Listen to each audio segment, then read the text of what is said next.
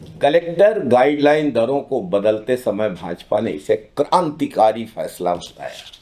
इसके फायदे गिनवाते नहीं थक रहे थे।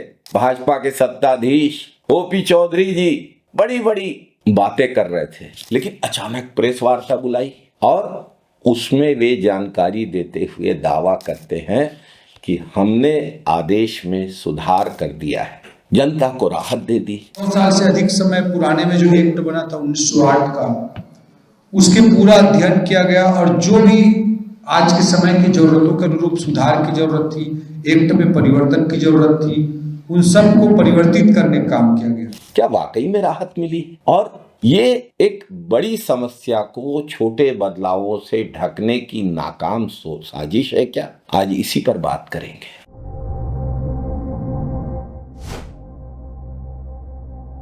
नमस्कार साथियों, कुछ दिनों पहले छत्तीसगढ़ की भाजपा सरकार जमीनों की खरीदी बिक्री के लिए नई गाइडलाइन जारी करती है। कलेक्टर गाइडलाइन कहते हैं, लेकिन वास्तव में ये गाइडलाइन नहीं थी, ये तुगलकी फरमान था। सरकार ने जनता पर इसे जबरन थोपने की कोशिश की। जगह जगह विरोध शुरू हुआ, लोगों की नाराजगी सामने आई। व्यापारी नाराज थे, रियल एस्टेट के कारोबारियों में गुस्सा था, भाजपा के नेता ही दुखी थे, असंतुष्ट थे। सबसे बढ़कर किसान और आम जनता में गहरी नाराजगी थी। जब कांग्रेस की सरकार बनी थी तो कांग्रेस की सरकार ने जो गाइडलाइन नियमों में संशोधन किया था, उससे पूरे प्रदेश में हर्ष की लहर दौड़ गई थी। रियल एस्टेट के व्यवसाय को बढ़ावा मिला, जमीनों की खरीदी बिक्री बढ़ी थी और सरकार की आय भी बढ़ी थी। लेकिन भाजपा सरकार की गाइडलाइन भाजपा सरकार की अन्य नीतियों की ही तरह जनता में संतोष फैलाने का काम करती हुई दिखी।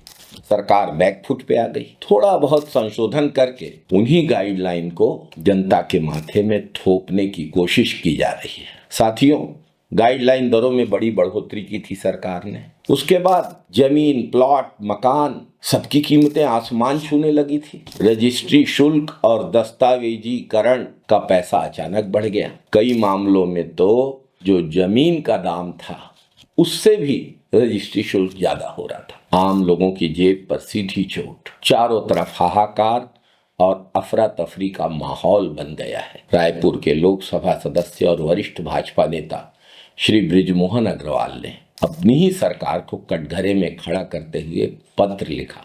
इस मनमाने फैसले का कड़ा विरोध किया। सरकार को चिट्ठी भी लिखी कि इस गाइडलाइन को निरस्त किया जाए। जनता ने तो आंदोलन, स्वस्फूर्त आंदोलन शुरू कर दिया। कारोबारियों ने आंदोलन शुरू कर दिया। जब पूरा प्रदेश सड़कों पे आ गया, तब जाकर भाजपा सरकार को कुछ समझ आई। थोड़ा बहुत संशोधन किया है, लेकिन बस थोड़ा सा। अभी भी इसे निरस्त नहीं किया गया है। जनता के गर्दन पर अभी भी तलवार लटक रही है। दरअसल भाजपा के सत्ताधीश और खासकर पूर्व कलेक्टर साहब जनता को बेवकूफ समझ रहे हैं। उनको लगता है कि वे ही समझदार हैं। जनता को कुछ समझ में नहीं आता है, पर वे गलतफहमी के शिकार हैं। जनता को सब समझ में आता है। आपने गाइडलाइन दरों में क्या परिवर्तन किया था और उसमें क्या संशोधन किया है और क्या नहीं, ये जनता भली भांति जान रही है। साथियों, सरकार ने गाइडलाइन दरें कम नहीं की। उन्होंने बस जनता पर जबरन थोपा गया एक नियम वापस लिया है, बाकी दरें वहीं की वहीं हैं। सुधार सिर्फ ऊपरी स्तर पर है, दिखावे का सुधार है, सुपरफिशियल सुधार है। बोझ तो जनता पर ही रहने वाला है। केवल सतही सुधार है, गहराई में तो लूट की वही विषधारा प्रवाहित हो रही है।